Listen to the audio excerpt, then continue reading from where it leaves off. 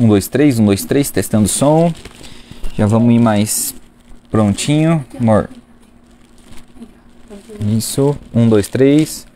Vê se tá funcionando aí, amor. Senão a gente faz até sem o microfone.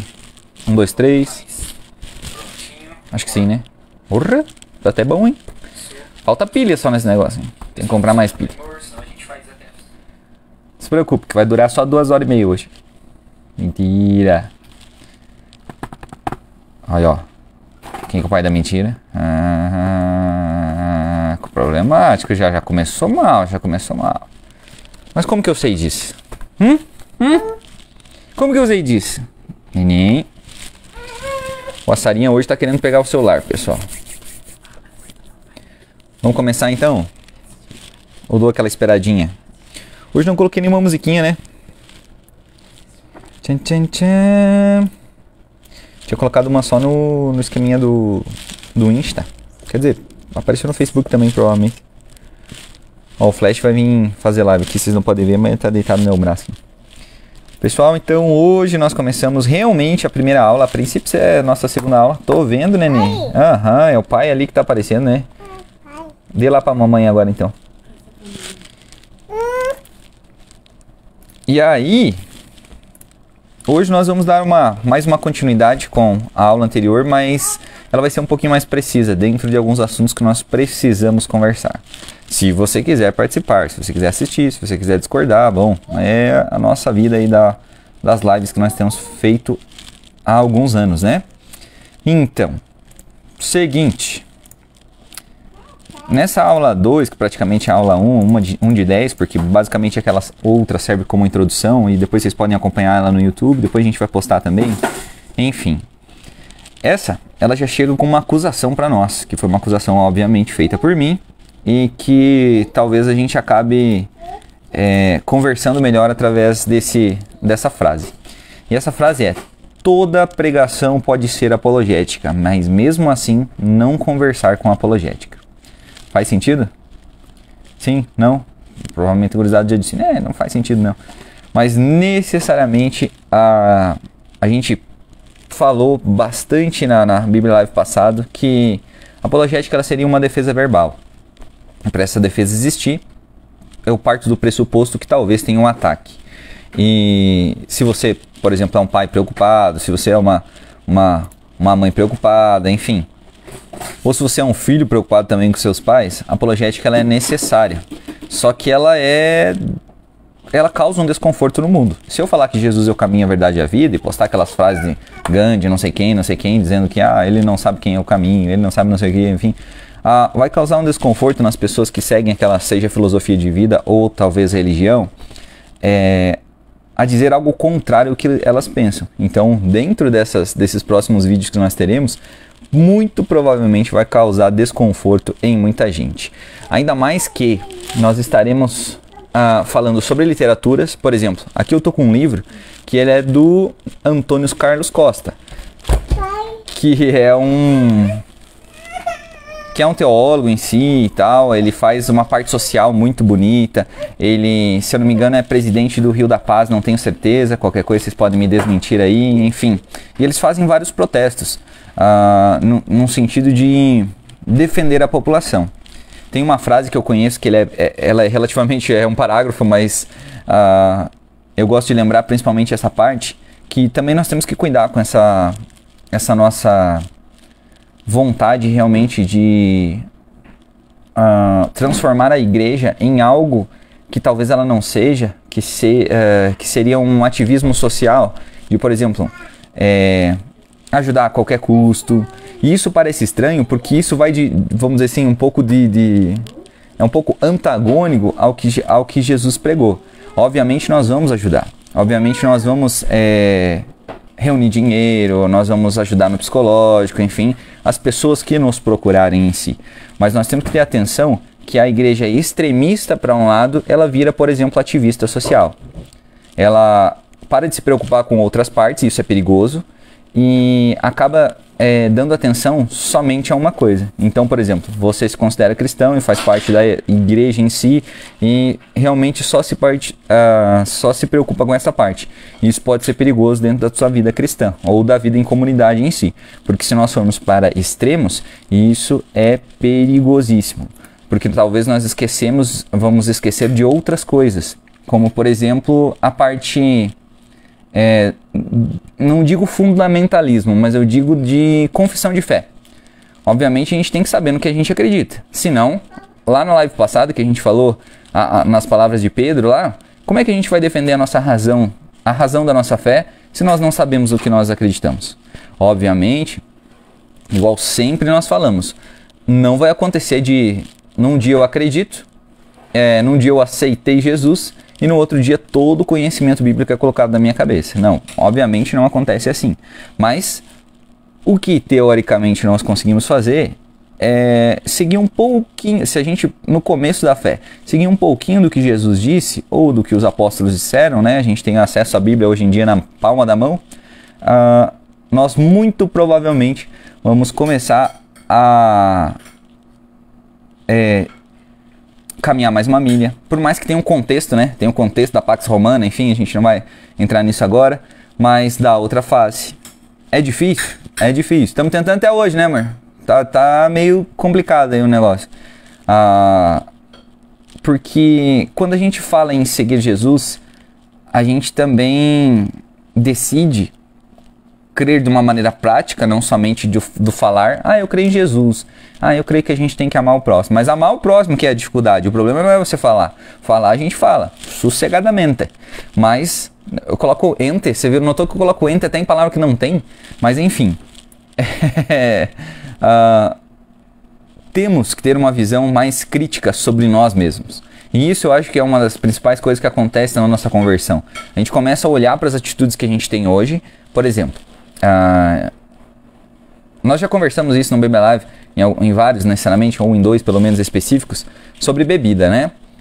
Eu sei que se eu começar a beber, é possível que eu perca o meu domínio próprio, que eu acabe bebendo mais, né? Eu bebo pouco, mas a pessoa que eu me transformo quando bebo pouco, ela bebe bastante, né? Mais ou menos isso, né?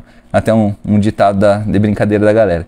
Então, bem no fim, eu preciso revisar o que eu ando fazendo. Quando Cristo nos desafia, quando Ele nos molda, quando nós acabamos vendo que... E quando eu falo nós, não é só eu percebendo que eu estou errado, mas são pessoas que estão dentro de uma comunidade ou dentro do corpo de Cristo que em si também me ajudam a ver que eu talvez não esteja caminhando conforme Cristo está pedindo. A gente não vai num jantar, por exemplo, lá de uma das denominações aqui de curitibanos, e só por ir no jantar, comer uma carninha, comer um arroz lá. Possivelmente, nós vamos ser ministrados naquele local.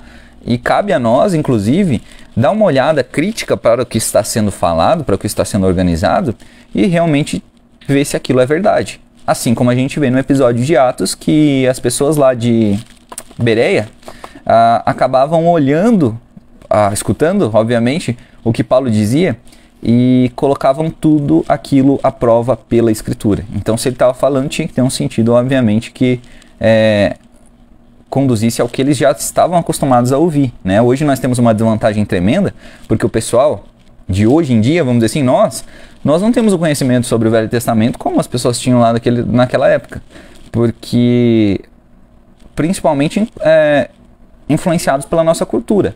A nossa cultura, sendo católica, ela nos ensinou algumas coisas que nós deveríamos saber, nós deveríamos ouvir e aceitar com o coração um pouquinho mais pronto para a mudança, mas outros extremos e outras, vamos dizer assim, não digo outras doutrinas, que talvez não são tão bíblicas assim.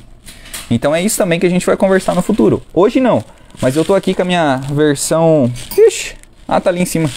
Mas a princípio eu tenho uma versão aqui da Bíblia da Ave Maria. Eu tenho uma outra Bíblia aqui que a princípio ela já é protestante, nesse sentido, né? Que é...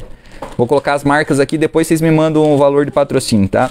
A da Jesus Cop, deixa eu ver, se eu não me engano essa aqui é um meio da revista atualizada. É o que mais importa, a marca tanto faz, né? Tá até rasgada, né? Então bem no fim, Tem outra Bíblia que eu ganhei de presente. Ó, essa aqui tá mais conservada, gente. Que é a Bíblia Apologética Cristã. Já perdeu um pouco da cor da capa aqui, mas não tem problema. O que importa é o conteúdo e principalmente interpretar o conteúdo. Ler necessariamente a gente não precisa... Para ler a gente não precisa necessariamente de uma capa bonita, né? A gente precisa de um coração disposto aí e perseverança para poder ler esses livros aí que são grandinhos. Eu tenho um que... Como é que eu vou dizer? A tradição cristã, ela dá um valor muito grande, que é, por exemplo, o Livro dos Mártires. Se eu não me engano, foi você que me deu, né, amor? O Livro dos Mártires. Foi, né? Enfim, eu tenho aqui uma Bíblia que se chama Bíblia para Mulher. Veja só. E nisso a gente vai começar a nossa... eu peguei a da Daís aqui, ó. Como é que é? Bíblia de Estudo da Mulher. Então a gente vai abrir em alguns locais e creio eu que... ali vai ter um comentário bíblico que seja mais destinado à mulher. É isso que teoricamente eu estou pensando que é essa Bíblia para a mulher. Mas o quanto essas Bíblias elas se afastam da escritura natural? Lembrem que, bem possivelmente... Oi, nenê! Nós aprendemos na escola, quando a gente fosse escrever com os lapisinhos lá. Obviamente hoje a gente escreve também, né? Segura aí, Sassá. É isso. Enfim... nós acabávamos tendo influência dos nossos professores. Por isso que hoje nas universidades a gente fala tanto em doutrinação, né? Que é, basicamente, a doutrinação ela pode acontecer principalmente para um partido específico, mas há uma ideia de alguém e também há ideias que já são formadas por, seja o partido político, obviamente, mas por outras coisas que necessariamente são daquela própria pessoa. Quando eu prego, quando eu falo, inevitavelmente eu acabo dando o meu entender sobre aquele assunto específico. E isso pode influenciar a pessoa que está ouvindo. Obviamente, quando nós pregamos a palavra de Deus e quando nós não damos muito pitaco no sentido de distorcer a palavra ao que nós queremos falar, e hoje nós vamos dar um exemplo bem grande disso, o que vai acontecer é que essas próprias palavras, e claro que a gente vai entender num sentido espiritual, o Espírito Santo vai acabar convencendo aquela pessoa, seja do pecado, seja necessariamente da justiça. Ele vai acabar mostrando para a pessoa que talvez as ações delas não estão certas, mas principalmente, essa é a parte que pesa na cultura, né? Pesou aqui na minha fala também, nossa cultura brasileira, mas principalmente que Jesus Cristo é o Senhor e Salvador da vida deles. Mas ok, antes de chegar lá, nós vamos ter muito que caminhar na realidade, porque nós vamos ter que ver. Aqui, por exemplo, eu tenho um livro muito legal dos Testemunhos de Jeová. É um documento muito legal que fala sobre a vida de Jesus. É bem organizado, tem os versículos certinhos ali. Mas, por exemplo, por que nós nos distanciamos um pouquinho de uma denominação ou outra? Justamente pela confissão de fé. Talvez aqui eles não acreditem, então, na divindade de Jesus. Não digo aqui no livro em si, né? Mas vocês podem até acessar um site ali que é bem conhecido, mas... que vai trazer explicações. Talvez essas explicações elas não sejam tão satisfatórias para você. O problema é que quando a gente está começando na fé, a gente não tem noção de nada. Então tudo que dizem para nós, a gente vai dizer, sim, é verdade. Não é, Sassá? A Sassá coloca agora a mãozinha nela aqui e ela ora. Obviamente que a gente está ensinando ela, mas talvez ela não entenda por que ela faz isso, mas ela repete isso. O que foi? Pega aí, cara. Deu boa, né? Enfim. Então nós temos que cuidar muito com o que nós estamos ouvindo e principalmente colocando à prova. Eu tenho aqui nas minhas mãos um livro, e esse eu acho que é o mais antigo que eu tenho, sobre o Espiritismo, que ele vai ser o Evangelho segundo o Espiritismo, de Allan Kardec, se é que Allan Kardec era relativamente uma pessoa em si, né? Depois a gente entra, quando a gente for falar do Espiritismo, a gente vai entrar mais, um pouquinho mais nesse tema. Deixa aqui, neném, não é para mexer nesse. E também aqui do meu lado, de umas visitas que eu tive na minha casa, pessoas que vieram me instruir sobre a religião deles, eu tenho um livro de Mórmon também. Não sei se necessariamente vão bloquear o meu vídeo aí, mas a princípio... eu não digo deixa eu ler aqui. Pelo próprio livro de Mórmon em si, né? Pelos Mórmons em si. Até, na verdade, eu creio que eles estão tentando mudar já faz uns anos para eles não serem conhecidos como os Mórmons, mas a testemunha de Jesus Cristo, Santos dos Últimos Dias. Algo assim, né? Necessariamente. Pode ser que eu tenha invertido alguma palavra ou outra. Mas, tecnicamente, como que eu vou decidir entre todos esses livros? Como que eu vou saber qual que é verdadeiro? Qual que tem mais peso histórico? Então é isso que a gente vai estudar na nossa próxima live. E para isso, aqui eu também tenho outra Bíblia que se chama Bíblia de Jerusalém. E aí, qual que eu uso então? Eu uso a da mulher, eu uso a do homem, eu uso a do pregador, eu uso a do... Qual Bíblia que é a melhor para eu poder usar? Então isso a gente vai analisar já na próxima live. Como que eu sei que essa Bíblia aqui, ela é mais verdadeira do que a outra, a tradução é melhor do que a outra, e disso, infelizmente, vai precisar de um esforço maior nosso. Nós vamos precisar olhar para a Escritura, mas também olhar para outras coisas. Nós vamos ter que olhar um pouquinho para o grego, vamos ter que olhar um pouquinho para o hebraico, e isso pode ser que acabe fazendo com que você tenha que gastar mais tempo com isso, né? Hoje eu vejo os coaches da época, mas seria interessante a gente gastar tempo com aquilo que a gente diz que a gente crê no domingo ou no sábado. Gastar é relativamente uma palavra meio problemática, né? Até tem algumas músicas, né? Tem gastar tempo aos seus pés, não tem? Mas enfim, tecnicamente, por que eu estou com outros livros aqui que não são a Bíblia Sagrada? Porque seria muito interessante que nós também lêssemos cosmovisões diferentes de pessoas diferentes. Eu tive muita oportunidade de ouvir, umas nem tanto, né? Mas pelo menos de ouvir da própria pessoa qual que era a fé dela, o que ela acreditava. E quando confrontada, o mais interessante é que as pessoas, elas olham para si. Elas não vão olhar para mim, obviamente. Claro, se elas olharem que é uma pessoa direita, blá blá blá, não faz muita coisa errada, alguma coisa assim. O nosso testemunho de vida relativamente vai contar bastante. Mas quando ela acredita firmemente em uma coisa e ela é contestada, para onde que ela olha? Claro que ela vai olhar para mim, mas ela vai olhar para ela mesma. O que chegou à conclusão dela que ela acredita nisso? Então, por exemplo, aqui que eu estava falando de ativismo, não estou dizendo que a pessoa migrou a igreja para um ativismo social. Mas aqui nesse livro, até o título dela e o subtítulo, a princípio, não sei se é o título inteiro, depois eu tenho que ver se ele está depois dos 2 pontos ou não, mas tem corzinha diferente. O nome dele é Convulsão Protestante, quando a teologia foge do templo e abraça a rua. Isso já diz muita coisa. Isso já diz coisas que, na verdade, faltam no nosso dia a dia. Agora, por exemplo, a gente vai ter o inverno, né? Quantos de nós que nos dizem cristãos vão conseguir ajudar pessoas, seja com um agasalhinho, seja com uma cobertinha, enfim, que vivem em situação de rua? E aí? Será que a gente vai conseguir alcançar isso? Isso faz parte do papel do cristão hoje em dia? Isso faz parte de uma pessoa boa, pelo menos? Uma pessoa que se preocupa com o outro? Eu sei que vai ter gente que vai fazer para aparecer, eu sei que vai ter gente que vai fazer para, como é que eu vou dizer? Se sentir melhor em relação às... Talvez eu esteja sendo muito ríspido nisso, mas a princípio vai fazer só para se sentir melhor, para dar aquela sensação de prazer, ou para dizer, realmente eu fiz a minha parte, enfim. Isso faz parte também, e se vocês lembrarem das palavras de Jesus, quando ele corrigia os fariseus por fazerem longas orações, não necessariamente nas casas, mas falarem alto para serem vistos e essas coisas e tal, ele disse que essas pessoas que davam para aparecer, que faziam as coisas para aparecer, eles receberam seu galardão. Eles receberam seu galardão, não. Eles receberam a sua recompensa, né? Até se a gente vê, a tradução é quase a mesma, né? Mas eles receberam a sua recompensa, que a recompensa era o quê? Era ser visto diante dos homens. Mas será que eles receberam um galardão verdadeiro? Será que eles construíram tesouros no céu? E aí? E aí, claro que não sou eu e nem você que vai dizer. Jesus, ok. Jesus, necessariamente, naquela época, olhava e sabia o que passava no coração das pessoas. Então, eu e você não temos tanto poder assim para julgar, e a gente vê que isso não é um dom do Espírito. Então não tem como eu chegar e falar, tipo, realmente a pessoa só deu para aparecer. Eu posso acompanhar o tempo e ver se de repente aquilo que a pessoa estava fazendo de boa ação não foi convertida de repente em voto político.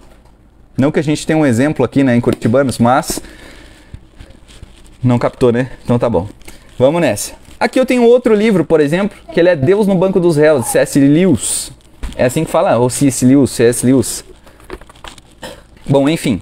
E aí, a gente vai acabar, vamos dizer assim, nessas nossas aulas apologéticas, a compreender um pouquinho mais de qual que é a nossa fé, do que nós acreditamos. Qual que é a razão da nossa fé, então? Como eu disse no começo, toda pregação ela pode ser apologética. Por quê? Porque mesmo que a pessoa não esteja a ponto de dizer assim, nossa, eu vou discutir com diferentes religiões, diferentes ideias, diferentes contextos, enfim, ou analisar o contexto disso e tal, ele acaba sempre levando a pregação dele para o que ele acredita, ou para o que teoricamente ele está reproduzindo porque ele ouviu. E isso é um problema muito grande. Na verdade, só porque nós ouvimos não quer dizer que nós entendemos, que nós compreendemos e que aquilo é uma verdade absoluta vinda de Deus. Isso é um problema que não pode acontecer. Infelizmente, ou felizmente, a gente acaba... Esse é um livro que eu usei lá no meu artigo de teologia, da graduação, e o nome dele é Sem Barganhas com Deus. Até um livro bem complexo, na realidade ele não é tão fácil de ler. Ele tem bastante coisa que a gente usa na academia. Então, necessariamente, a gente pode... Muitas vezes, seja por marketing, seja por uma coisa que nós estamos passando agora, a situação da pandemia. Não surgiu vários livros falando sobre doenças, sobre pandemia, sobre achismos do que era vacina, do que não era vacina, ou alguma coisa assim? Então, não estou dizendo que esse livro específico seja, mas imagine só imagine, que os pastores, que são pessoas que deveriam cuidar das ovelhas, eles começassem a ensinar para o povo, não estou dizendo que isso está acontecendo, tá? Você vai analisar se isso está acontecendo ou não. Começassem a estimular as pessoas a procurar algumas vantagens de ser cristão, no sentido de que, se você der mais, você vai receber mais. Distorcendo um pouco o que a Escritura fala e o sentido do que a Escritura prega. Não estou dizendo que é esse livro aqui, tá? Esse é verdade, pelo menos. O que está acontecendo nos nossos dias, nós sabemos que está acontecendo. Então eu vou lá dar um dízimo, se é que o dízimo vale para os dias de hoje, em busca do quê? De um favor de Deus. E aí, teoricamente, esse livro é um pouquinho antigo, tá? Mas necessariamente alguém um pouco esperto, alguém inteligente, coloca um título assim, ó, Sem Barganhas com Deus. Ele vai ter um ganho aí no teu coração se você ler 10 títulos, se você ler esse, você saber que isso está acontecendo aqui. Você vai olhar assim e vai dizer, poxa, mas eu vou pegar esse livro aí. Porque possivelmente ele vai me responder algumas questões, principalmente que eu estou procurando, que os homens necessariamente hoje, eles procuram a Deus não por ingratidão ao que Jesus, por exemplo, fez na cruz por nós, mas apenas para conseguir benefícios. Seja, de coisas boas, né? Não estou falando de coisas ruins, não. Eu estou falando não só do bem material, mas um casamento feliz. Meu casamento tá horrível, então eu vou lá no encontro de casais lá, para ver se dá uma ajeitada lá. Isso daí fez uma cara ruim para mim agora. Não, mas é só exemplos, criatura. No meu trabalho, eu estou muito ruim. O que eu preciso fazer para prosperar? Então, obviamente, são questões que podem surgir na nossa cabeça. E é claro que a gente sempre vai recorrer às escrituras para que a gente responda isso. Mas nunca como um meio de alcançar a bênção, né? É mais ou menos esse... A gente já falou disso, acho que uns 3 anos atrás, mais ou menos. Mas é que às vezes o homem procura a Deus porque ele quer aquele objetivo X. Então, se ele fizer uma barganhinha aqui, ó, ele vai conseguir aquilo que ele quer. Por quê? Porque ele procurou a Deus para conseguir aquilo que ele quer. E isso é um problema. Não é ruim a gente dizer que, por exemplo, Deus ama os seus, protege os seus, enfim, nesse sentido. Mas o problema são os extremismos. Né, Sarinha? Enfim. E hoje a gente vai acabar lendo um trechinho para a gente dar esse pontapé inicial. Para que a gente acabe olhando um pouquinho para a escritura com um olhar crítico. E quer ver como é que nós vamos fazer isso? Tô vendo, nenê. O que é esse? É um chapéu? Não é, né? Leve lá pra mamãe, então. Leve lá pra mamãe. Então, obviamente, nós vamos usar as escrituras só para você refletir um pouquinho. E aí você vai ver se você continua, por exemplo, com essas aulas relativas que nós estamos fazendo. Então lá em Hebreus, você sabe o que foi Hebreu, o que é Hebreu, o que não sei o que é Hebreu? Lá naquela Bíblia apologética que eu mostrei, ela fala o resumo lá de quem eram os hebreus. De quem eram os judeus, obviamente, dificilmente a gente vai falar hebreus, porque sempre a gente vai estar mais preocupado com a história dos judeus em si, porque é ali da tribo de Judá, enfim, há toda uma questão, inclusive, de fala, né? A gente sempre fala mais em judeus do que hebreus. Mas quem eram os hebreus? E aí? Nisso já surge a apologética. Por exemplo, nós podemos ver os hebreus como de tal forma, por exemplo, houveram pessoas no passado que escreveram sobre os hebreus. Existe a nossa história, basicamente feita por escritos de outras pessoas, né, obviamente, que falam sobre quem foram os hebreus. E essa vai ser a tarefinha de vocês de casa. Vocês pesquisam quem foram os hebreus e se vai fazer sentido, principalmente, do versículo 1 até o versículo 4. E só, a gente não vai muito mais para frente, até porque eu disse que nós íamos ser muito mais assertivos nesse sentido. Então, por exemplo, assim, quem escreveu Hebreus? Se a gente ler no primeiro versículo, não tem igual nas outras cartinhas, ou igual em muitas cartinhas, fala assim, ó, João escreve para vocês de não sei que lugar, Paulo, servo de Jesus Cristo, não está falando isso aqui. Então olha onde que a apologética vai. Uns vão dizer que foi Paulo, outros vão dizer que foi alguém que andou com Paulo. E aí, quem que escreveu? Só porque não tem dúvida na academia, ninguém vai negar que foi Paulo, porque Paulo escreveu muito bem até por conhecer quais que eram os costumes, por ele ter sido disso, por ele ter sido aquilo. Ok, tudo bem. Isso vai fazer diferença na nossa fé cristã? Não, porque eram uns escritos que rolavam, por exemplo, naquela época. Então, quando a gente foi ver, vamos dizer assim, todas aquelas cópias em si que nós tínhamos do Novo Testamento, aquela carta era uma carta comum às pessoas que estavam lá naquela época. E elas não falam coisas, por exemplo, que são heréticas. O que é herege? Herege para a Igreja Católica é todo aquele que não aceita a fé católica, por exemplo. Só um exemplo, né? Herético para um arminiano é aquele que diz que Deus decretou tudo, que vai ser assim, que vai ser assim. Os decretos são um pouco diferentes, né? Para o calvinista vai ser que alguém que diz que o livre-arbítrio existe. Então, quando a pessoa difere do meu ponto, geralmente eu já vejo ela como herética. E isso não é um motivo para que nós nos afastemos das pessoas. É o contrário do que Jesus pediu. Na verdade, nós temos que nos aproximar, claro que em certos pontos, em certas ocasiões depende, né? Mas necessariamente para que a pessoa também conheça, inclusive o que Pedro falou lá, a razão da nossa fé. Entende? Então vamos nessa. Claro que eu poderia dizer assim, tem as igrejas aí.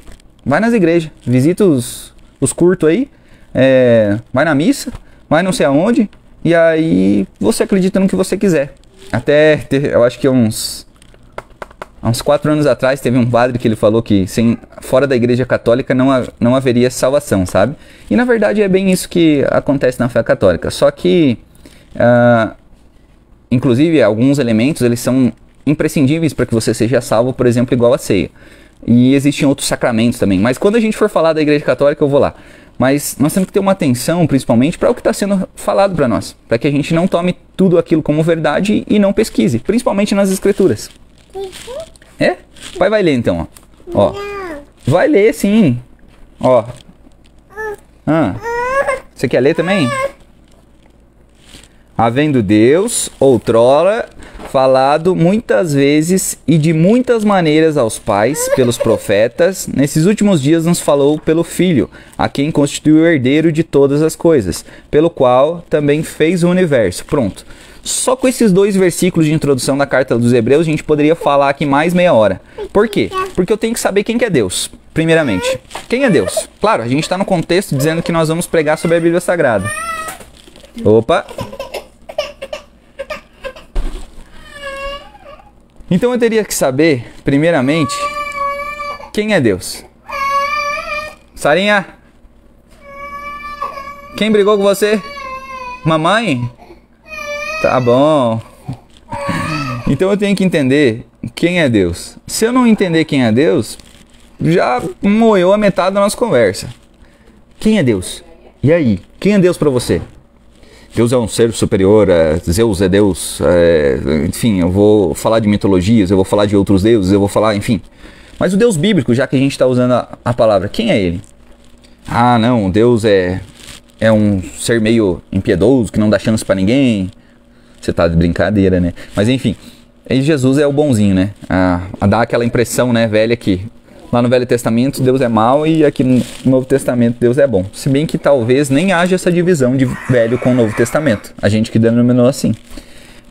por ter uma tradição em si que era baseada na lei e também histórica, temporal, e depois, claro, uma que foi do tempo dos apóstolos e de Jesus, que depois a gente chamou de outra coisa. Mas, enfim, vamos nessa. Nesses 2 versículos eu preciso saber quem é Deus, e diz que esse Deus, ele falou muitas vezes a quem? E de muitas maneiras. Se a gente lembrar, nós também podemos analisar como assim Deus falou de muitas maneiras. Se a gente dá uma olhada lá na história bíblica, como que Deus falou? E aí? Como é que Deus falava com a humanidade? Esse Deus bíblico, pelo menos. Então ele falava ou diretamente com a pessoa, inclusive algumas pessoas foram intimadas a responder de alguns jeitos, por exemplo, específicos. Sou eu, Senhor. O teu servo te escuta, né? O teu servo está te escutando, enfim. Seja numa sarça ardente, seja até através de uma mula, né? Porque as pessoas, elas tendem a duvidar de muitas coisas. Isso é bom para curiosidade, mas isso não é bom necessariamente para a tua fé. E a gente vai trabalhar em cima principalmente desse conceito de fé. Se a fé pode ser uma coisa totalmente abstrata ou se ela pode usar a razão, né? Se esse meu crer, ele vai ter também uma parte prática. Ok, vamos lá nesses 2 versículos aí. Nesses últimos dias. Que últimos dias que ele está falando? Ele não está falando necessariamente dos dias atuais que nós somos. Apesar de que nós temos referências na Bíblia Sagrada que falam dos últimos dias falados lá pelos profetas, que seria os últimos dias realmente desse mundo. Ok? Ou desse reinado, que não é o do Filho. E agora, nesses últimos dias, falou por quem? Quem que os hebreus viram agora em pouco? Enquanto o cara escreveu isso aqui, basicamente. E aí? Eles viram o Filho. Alguns viram o Filho crucificado. Eles viram Jesus crucificado. Talvez alguns pegaram a pipoquinha, tô brincando, né? Mas assistiram a cena de Jesus carregando a cruz dele. E aí, o que Deus fez? Ali ele fala, né? A quem constituiu o herdeiro de todas as coisas. Ok? Então, o Filho que uma vez foi humilhado. E como que eu sei que ele foi humilhado? Lá por causa de Filipenses, capítulo 2, enfim, versículo 5... ali para em diante, mas necessariamente como que eu sei que ele foi humilhado? Obviamente, se nós lermos, né, nós vamos ver o que Jesus passou nessa terra, gente. E por que ele veio principalmente, e por que ele, já sendo Deus, ele deixou que aquilo acontecesse com ele. E ele fala, né, que não foram os homens, inclusive, que o crucificaram, foi ele que deixou, vamos dizer assim, né? Enfim. Então, logo, se eu sei que que Deus constituiu o Filho em si, né? Deus Pai, obviamente, quando a gente fala assim, e o Deus Filho, quando a gente parte, vamos dizer assim, para uma ideia de trindade, e a gente já poderia estar discutindo sobre trindade. Veja que a apologética, ela não é somente um tema só, e nesses 2 versículos eu acabei de falar o que? Uns 7 minutos já. Enfim, pelo qual também fez o universo. Ué, mas que estranho, será por Jesus que foi feito o universo. O universo, teoricamente, quando a gente fala no significado dele, seria tudo que existe. Aí entraria outra parte que está muito presente nos nossos dias, que seria o quê? A parte da ciência. Ué, mas será? E eu gosto muito disso. Vamos pegar uma parte sobre evolução, inclusive, e comparar com o criacionismo. Pegar o evolucionismo, pegar o criacionismo, porque eu acho que isso vai ser de grande proveito para discutir o que é apologética. Então, nesses 2 versículos eu teria que fazer o quê? Conceituar o que é, primeiramente, cada um. O que é o universo? Por que ele é herdeiro de todas as coisas? Há alguma outra parte na escritura que reforça essa ideia? Quem que são os profetas? Quem que são os pais? Pai? Mas os pais são os pais, enfim. Então são 2 versículos e a gente acabou, vamos dizer assim, tendo que ter essa visão sobre muitas coisas que são lá do passado. E era isso que a gurizada fazia quando os apóstolos, por exemplo, pregavam, ou que Paulo pregava, porque Paulo não se preocupava em pregar também só aquelas pessoas que já tinham uma cultura judaica. Ele também pregava para os gentios, aquelas pessoas que já estavam afastadas, inclusive, de Deus, porque eles não faziam parte de certa linhagem. Show? E como que eu sei disso? Porque obviamente está na escritura. Ok, vamos ler até o 4, que a gente prometeu ir até o 4. E na aula na nossa conversa futura, nós vamos ver cada um quem é Deus. Se a gente não responder isso, não tem sentido a gente estar aqui. Deus pode ter sido alguma coisa inventada por homem, enfim. A gente vai conversar isso mais pra frente. Então lá no versículo 3, primeiro capítulo de Hebreus, fala o seguinte: Ele, que é o resplendor da glória e a expressão exata do seu ser, sustentando todas as coisas pela palavra do seu poder. Depois de ter feito a purificação dos pecados, assentou-se à direita da majestade nas alturas, tendo se tornado tão superior aos anjos, quanto herdou mais excelente nome do que eles. Bolhufas entendido que é essa bodega aqui, né? Então, obviamente, a gente tem que compreender um pouquinho do passado. Se nós olharmos para as escrituras, o que a gente vai ver? Um Deus humilhado, obviamente, um Jesus humilhado. Ele entrou no estado que a gente chama de estado de humilhação e despiu-se, né, da sua glória, assim como a gente citou ali de Filipenses. E só que ele foi glorificado e inclusive ele é chamado de primícias dos que dormem, né? Ele vai ser o principal, ele vai ser o primeiro criado, o corpo dele principalmente, criado aquilo que nós também poderemos ser. Mas por que eu estou dizendo isso? Porque Paulo já falou isso. Então eu não estou inventando um negócio assim. Eu não estou pegando, igual certos livros aqui que a gente conhece, e dizendo aqui, olha, vocês vão ser deuses. Não, não é isso que eu estou falando. É justamente algo que está nas escrituras. Beleza? Até quando a gente for estudar sobre as outras religiões ali, vai ser algo muito interessante. Enfim, e que depois ele ter feito purificação dos pecados, que pecados que ele purificou? Quando que ele purificou? Como que ele purificou? Aí vai entrar mais a gurizada do Adventismo, que vai falar sobre o tabernáculo que ele era construído na terra, que era semelhante ao do céu, que necessariamente o sacerdote entrava dentro do tabernáculo, ele fazia purificação primeiro pelo pecado dele, depois pelo pecado do povo, enfim. Então são coisas, por exemplo, que ele está falando que é para esse povo aqui, eles entendem já. Eu não preciso explicar para eles. Se eu lesse para eles aqui, eles entenderiam do que eu estaria falando, justamente por quê? Porque esse contexto, ele condiz com o contexto que eles estão vivendo. E é por isso que nós deveríamos também estudar o Velho Testamento, para que nós compreendêssemos melhor o que Jesus fez. O que Jesus fez na cruz. Só isso. Já seria uma coisa muito legal. Assentou-se direita da majestade nas alturas, tendo se tornado tão superior aos anjos, quanto herdou mais excelente nome do que eles. Para isso a gente tem que buscar nas escrituras qual que é o valor dos anjos. Será que os anjos valiam mais? Será que isso era uma teoria local? Será que, enfim, as pessoas achavam que era isso? Porque mesmo tendo as escrituras do lado delas, elas cometiam alguns erros. Não lembro agora se é Jeremias, como Deus tinha falado em um outro livro ali, que ele visitaria a iniquidade dos pais dos filhos, e eles falaram assim, opa, então alguma coisa está errada aí.